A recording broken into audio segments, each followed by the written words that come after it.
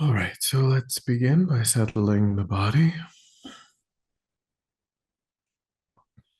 adopting a stable, comfortable, upright position serviceable for meditation. So we think about keeping our feet flat and our back straight, torso open, hands in the lap, right over left, with the palms upturned and the thumbs gently touching. Eyes are gently closed or slightly open, making sure we let in enough light to remain alert. Try to maintain an awareness of not slouching, not leaning. Also let go of any unnecessary tension or rigidity in the body. Relaxing into a stable, comfortable, upright position. Just allowing the body to fall into place.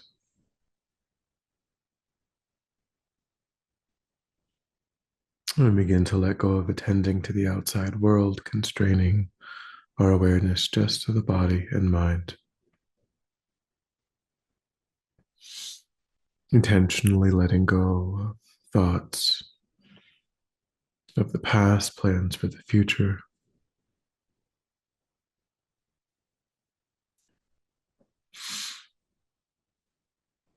Concentrating our awareness in the present by attending closely to the physical sensation that accompanies the in breath and the out breath in the space around the opening of the nostrils.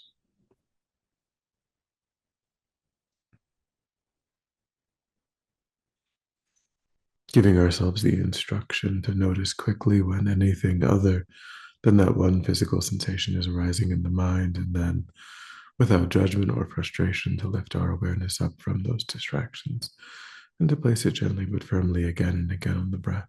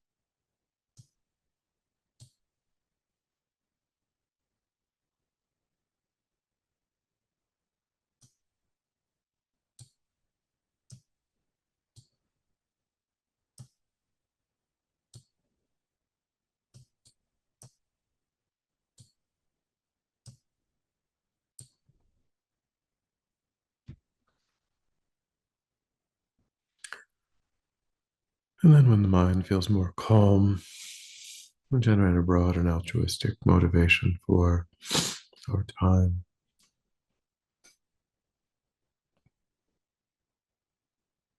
So, again, take a moment to intentionally cultivate the view of rejoicing in once more having the opportunity, having woken up yet again in this perfect human rebirth, the opportunity to develop the mind,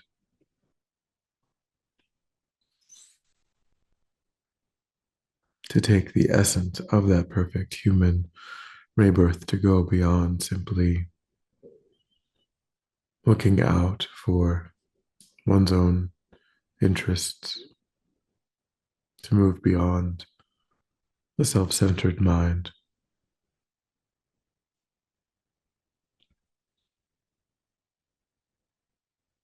Think how few sentient beings that exist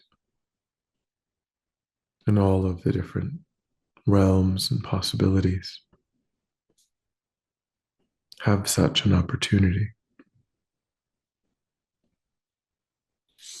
Almost all sentient beings can simply pursue those immediate goals,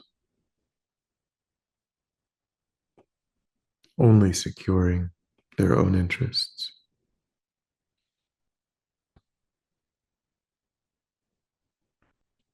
Being able to intentionally cultivate deeper, more expansive states of mind is exceedingly rare.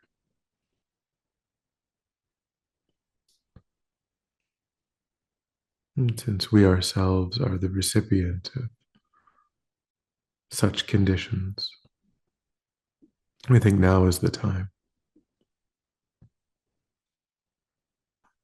to really take advantage,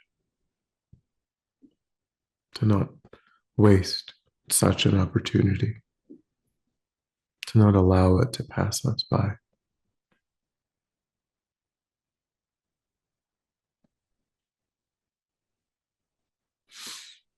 And our motivation is because so many sentient beings lack such freedom. And all ordinary sentient beings lack perfect freedom, complete freedom.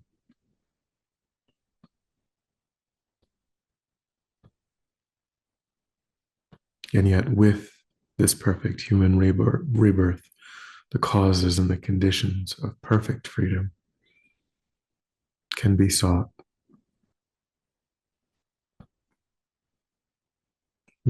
Once obtained, we're in a position to truly benefit others, to help them to also create the causes and the conditions to achieve perfect freedom. So I try to take that as the purpose of our time.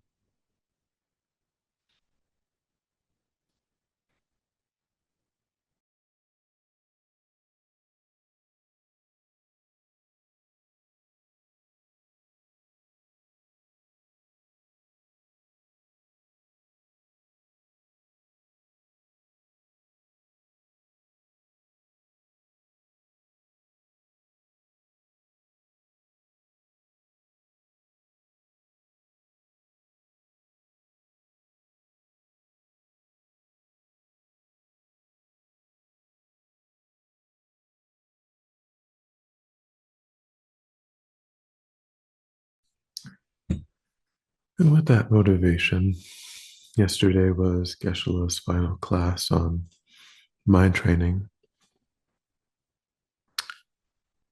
He covered the specific commitments of mind training.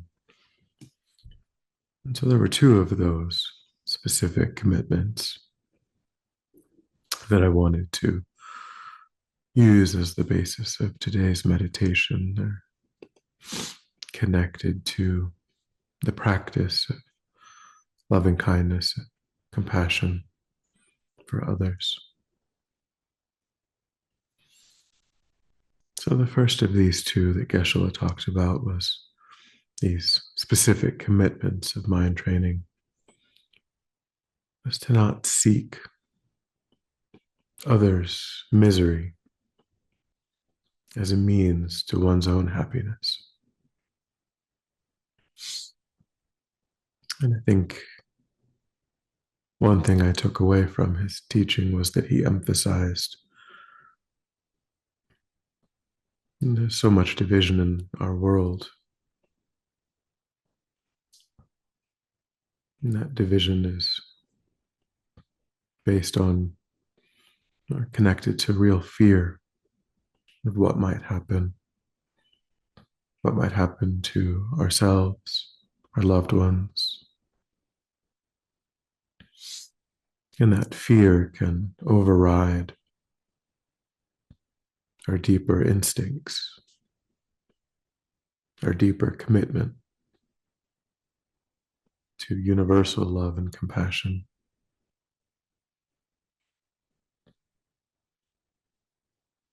And sometimes we can delight in the suffering of those who we think are harming us.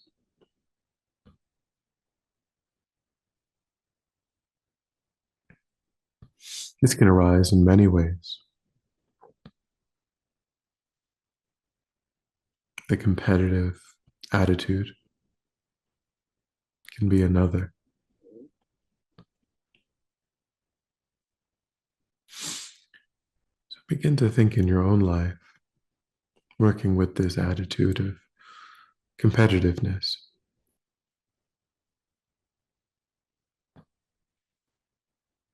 Oftentimes we feel like we're pitted against others for a job, for a relationship,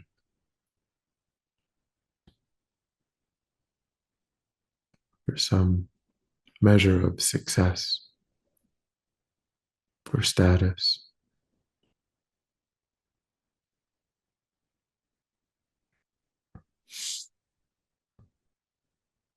And think back if there were times when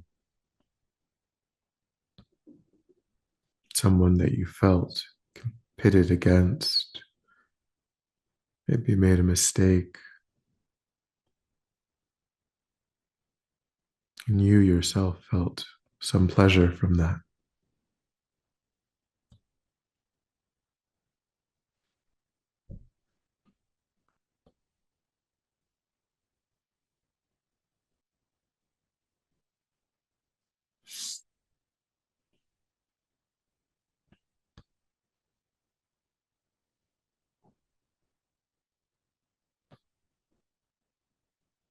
Notice how perhaps you felt more secure in that moment. Your own position seemed elevated, and that brought some enjoyment to the mind.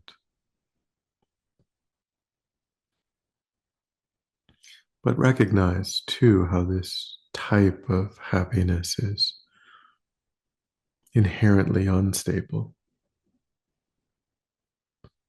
completely dependent upon the failings of others and one's own ability to, in one's own sense, win over others.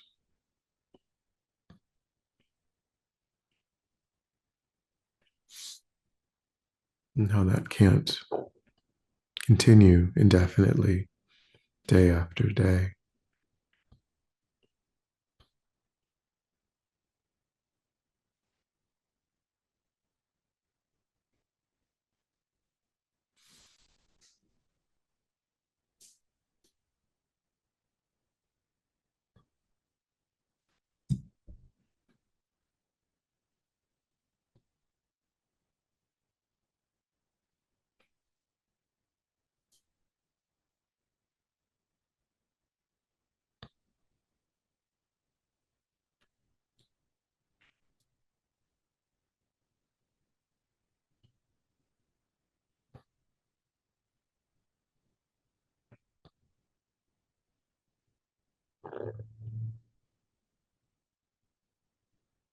And this manifests in other ways as well. Think of times in your life that you've spent engaged in some gossip,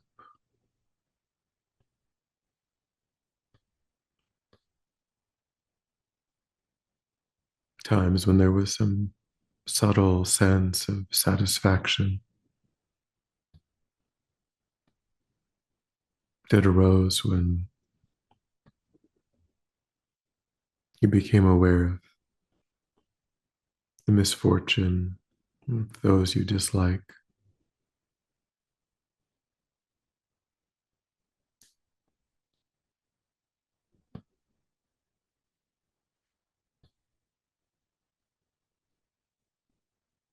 In a way, feeling a sense of bonding with one person at the expense of another.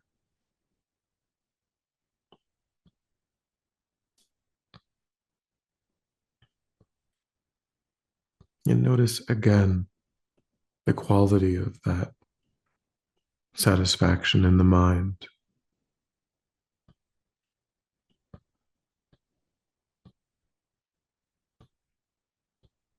How it too is not real happiness.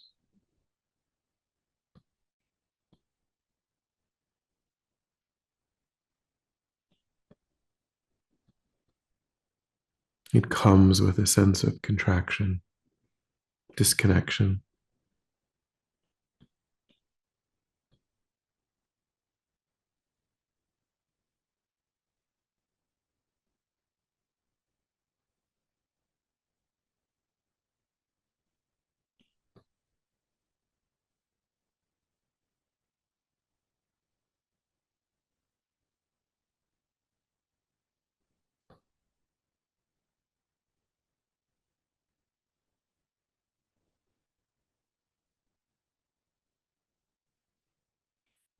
Try to observe the pattern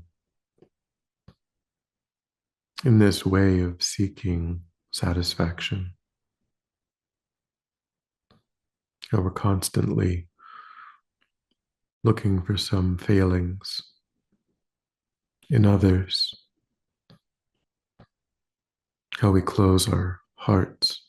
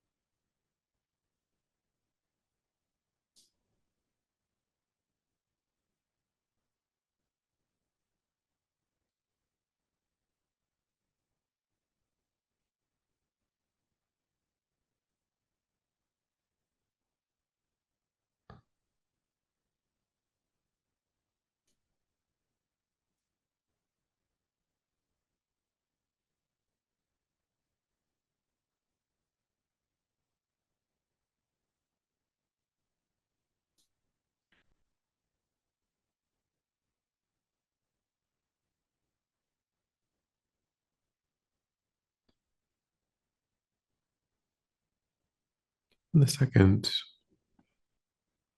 commitment to contemplate is to not strike at the vital point.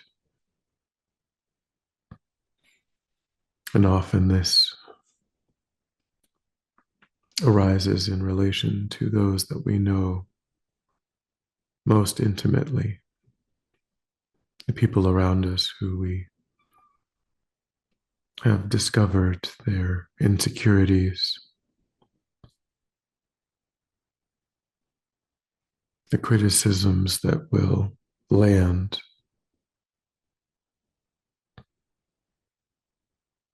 We understand what buttons to push.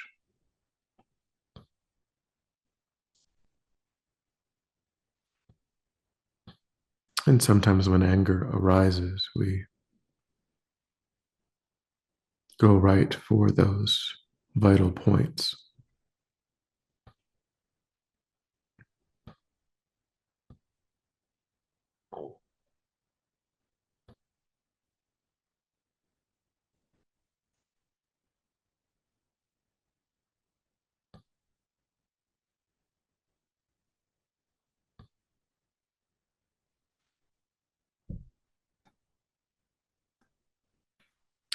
And here again, fear plays an important role, lashing out in anger, striking them in that way,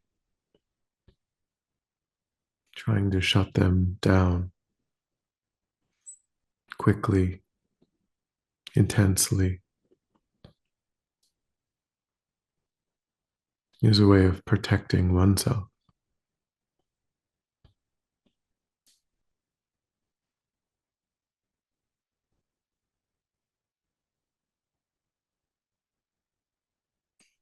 Needing to maintain one's own sense of one's own agency,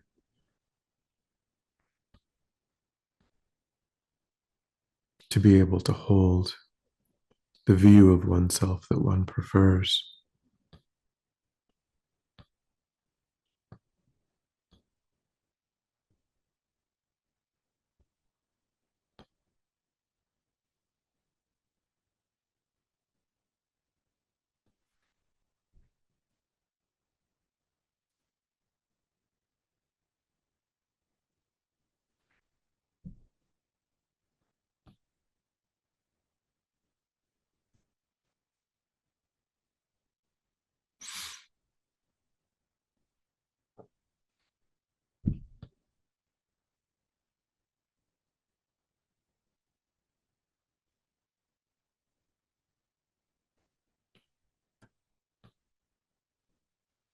And recognize that one can cultivate the courageous mind that restrains from such harm.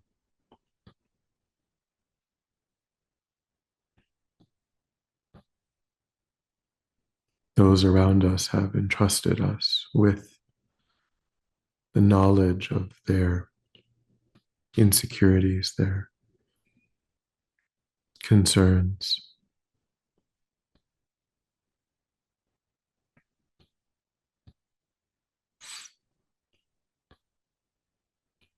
But by not needing to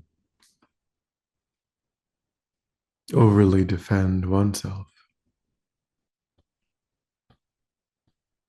by letting go of needing to hold oneself so tightly,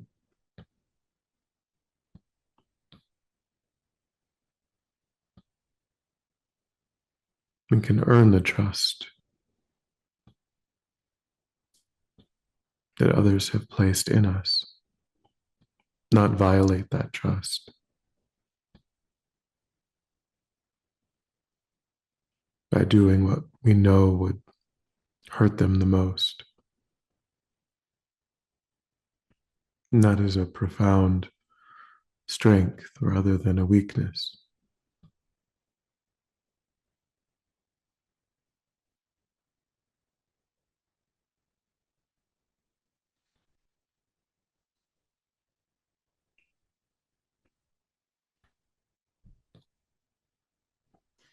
To be committed to protecting rather than exploiting.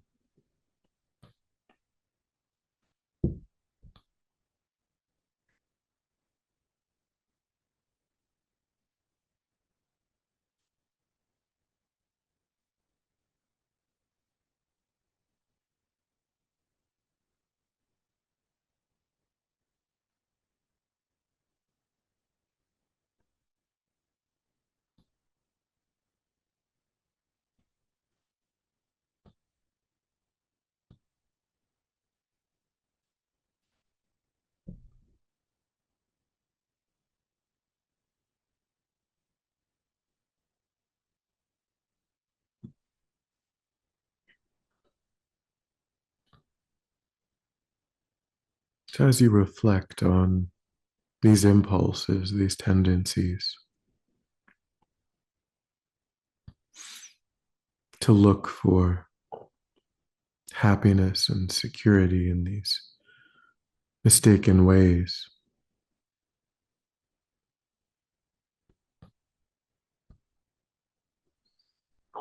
Try to remember that you yourself possess Buddha nature, the ability to transform the mind. These impulses, these tendencies are merely obscurations born from self grasping, self cherishing.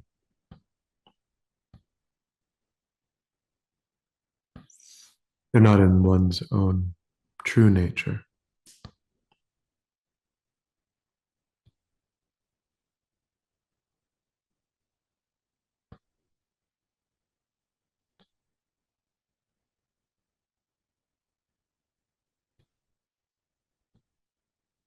And they depend upon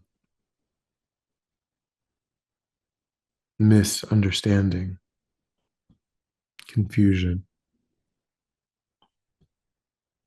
which can be replaced with wisdom.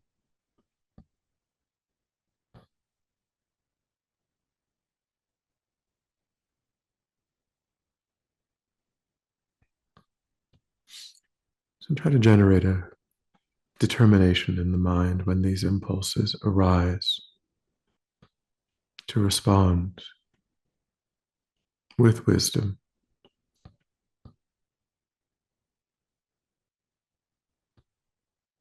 to pause, to reflect,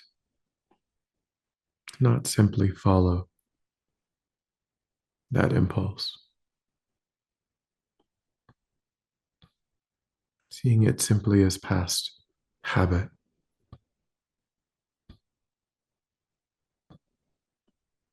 and being committed to changing that habit.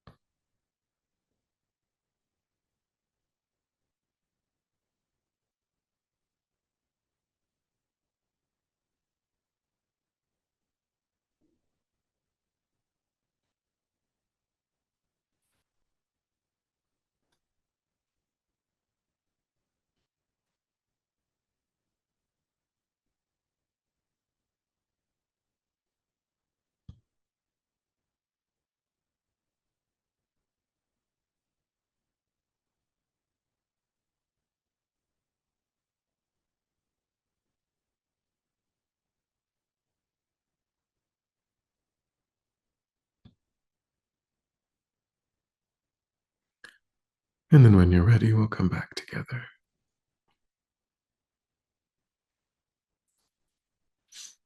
We'll dedicate. So recollect your altruistic motivation and think that by having engaged in this contemplation, you've actualized that motivation, which has generated positive energy in your mind. And think that you freely offer the fruit of your practice, that positive energy, for the benefit of all sentient beings without exception. Thinking strongly when this positive energy ripens, May it serve as a cause and condition to eliminate war and conflict, poverty, famine, disease, disasters, all painful inner and outer conditions. May it fully ripen the minds of all sentient beings. May they quickly meet perfect teachers and arise in the state of full enlightenment. May I too achieve the state of enlightenment so that I might work for the benefit of sentient beings perfectly. May any obstacles facing the Guru's long life be completely dispelled. And may I and all sentient beings in this moment come under the joyful care and guidance of enlightened beings. May we be guided and protected until we swiftly achieve that state of enlightenment.